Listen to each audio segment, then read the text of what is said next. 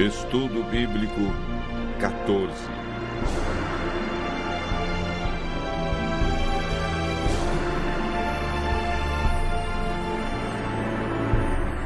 A mudança dos 10 mandamentos.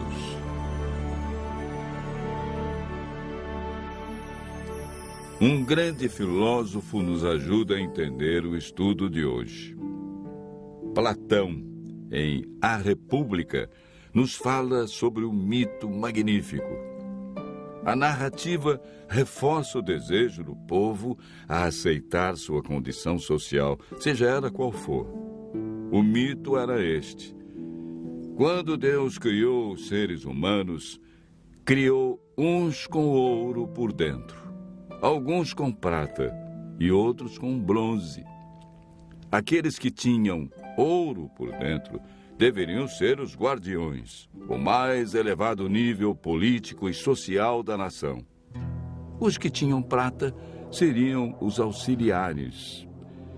Finalmente, os de bronze seriam a classe mais baixa. Se o povo acreditasse nesse mito, ele disse, estaria satisfeito com sua situação na vida, qualquer que fosse ela, porque era ordenado por Deus. E alguém lhe perguntou: você conhece alguma forma de fazê-los acreditar nisso? A resposta de Platão foi uma das mais assustadoras e reveladoras em toda a literatura antiga. Não na primeira geração, disse ele, mas você pode ter sucesso na segunda e nas gerações posteriores. Dê tempo suficiente a qualquer mentira ou mito, e um dia o povo vai acreditar nelas.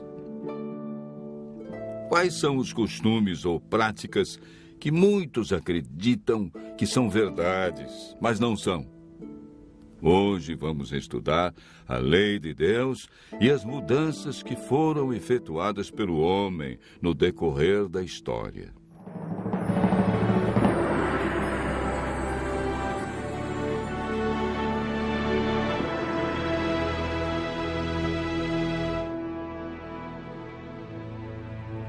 Os 10 mandamentos estão relatados em Êxodo, capítulo 20, versos 3 a 17. O primeiro mandamento é: não terás outros deuses diante de mim. O segundo mandamento proíbe fazer imagens, prostrar-se diante delas e adorá-las.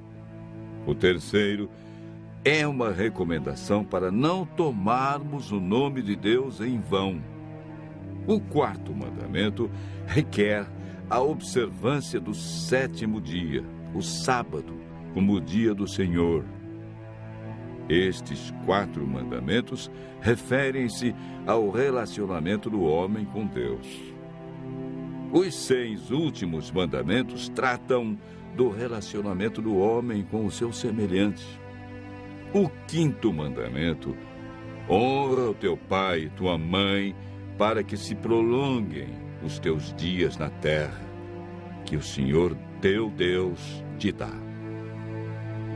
O 6º: não matarás. O 7º: não adulterarás. O 8º: não furtarás. O 9º: não dirás falso testemunho contra o teu próximo. E, por fim, o 10º mandamento: não cobiçarás a casa do teu próximo, não cobiçarás a mulher do teu próximo, nem o seu servo, nem a sua serva, nem o seu boi, nem o seu jumento, nem coisa alguma que pertença ao teu próximo. A Bíblia afirma em Êxodo, capítulo 31, verso 18: e, tendo acabado de falar com ele no Monte Sinai, deu a Moisés as 2 tábuas do testemunho, tábuas de pedra escritas pelo dedo de Deus. A função dos 10 mandamentos é apresentada em Gálatas, capítulo 3, verso 24. De maneira que a lei nos serviu de tutor para nos conduzir a Cristo, a fim de que fôssemos justificados por fé. Romanos capítulo 3, verso 20, afirma: visto que ninguém será justificado diante dele por obras da lei, em razão de que pela lei vem o pleno conhecimento do pecado. A lei revela o pecado, mas não tem poder para nos salvar, visto que sua função é condenar aqueles que permanecem no pecado. Quando o Espírito Santo nos convence de que somos pecadores e vamos a Cristo, recebemos uma nova vida. Podemos ver a importância da obediência aos mandamentos de Deus na vida de Cristo. Em João, capítulo 15, verso 10, lemos as palavras de Jesus: se guardardes os meus mandamentos, permanecereis no meu amor, assim como eu tenho guardado os mandamentos de meu Pai, e no seu amor permaneço. Em toda a sua vida terrestre, Jesus viveu em conformidade com a vontade do Pai, expressa nos 10 mandamentos. Jesus não aprova a ideia de mudanças dos seus mandamentos. Em Mateus capítulo 5, verso 17, encontramos as palavras de Jesus: não penseis que vim revogar a lei ou os profetas. Não vim para revogar, vim para cumprir. Eclesiastes, capítulo 3, verso 14, diz que tudo quanto Deus faz durará eternamente. Nada se lhe pode acrescentar e nada tirar.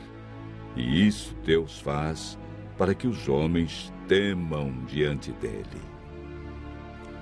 Daniel, que viveu 600 anos antes de Cristo, recebeu uma revelação de Deus sobre a mudança dos 10 mandamentos.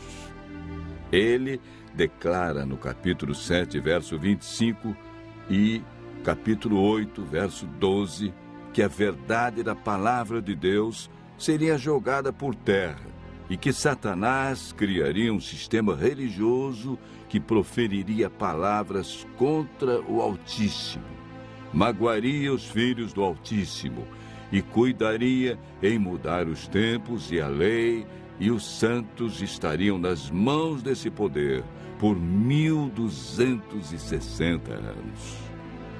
Esse período dos 1260 anos iniciou em 538 e terminou no ano de 1798, quando Roma perdeu o controle político e religioso. O poder de Roma também estava ativo nos dias do apóstolo Paulo. Na ocasião em que escreveu aos cristãos de Roma, declarou: pois eles mudaram a verdade de Deus em mentira, adorando e servindo a criatura em lugar do Criador, o qual é bendito eternamente. Romanos capítulo 1, verso 25. Hoje encontramos 2 versões dos 10 mandamentos. A primeira, a original, escrita pelo dedo de Deus, em 2 tábuas de pedra, está relatada em Êxodo capítulo 20, versos 3 a 17. Quanto aos mandamentos criados, modificados pelos homens, Jesus comentou sobre a prática do homem deixar os mandamentos de Deus para seguir os mandamentos criados pelo próprio homem. Marcos capítulo 7, versos 6 a 9 e o verso 13. Disse Jesus: bem profetizou Isaías a respeito de vós, hipócritas, como está escrito: esse povo honra-me com lábios, mas o seu coração está longe de mim, e em vão me adoram, ensinando doutrinas que são preceitos de homens. Negligenciando o mandamento de Deus, guardais a tradição dos homens. E disse-lhes ainda: jeitosamente rejeitais o preceito de Deus para guardardes a vossa própria tradição e fazeis muitas outras coisas semelhantes. Os mandamentos de Deus são princípios eternos e aplicáveis a todos os seres humanos em todos os tempos. O sábio Salomão, em Provérbios, capítulo 14, verso 12, diz: há caminho que ao homem parece direito, mas ao fim dá em caminhos de morte. Diante dos ensinamentos que vimos hoje sobre os 10 mandamentos, a lei de Deus, Deus diz: filho meu, se aceitares as minhas palavras e esconderes contigo os meus mandamentos, então entenderás o temor do Senhor e acharás o conhecimento de Deus.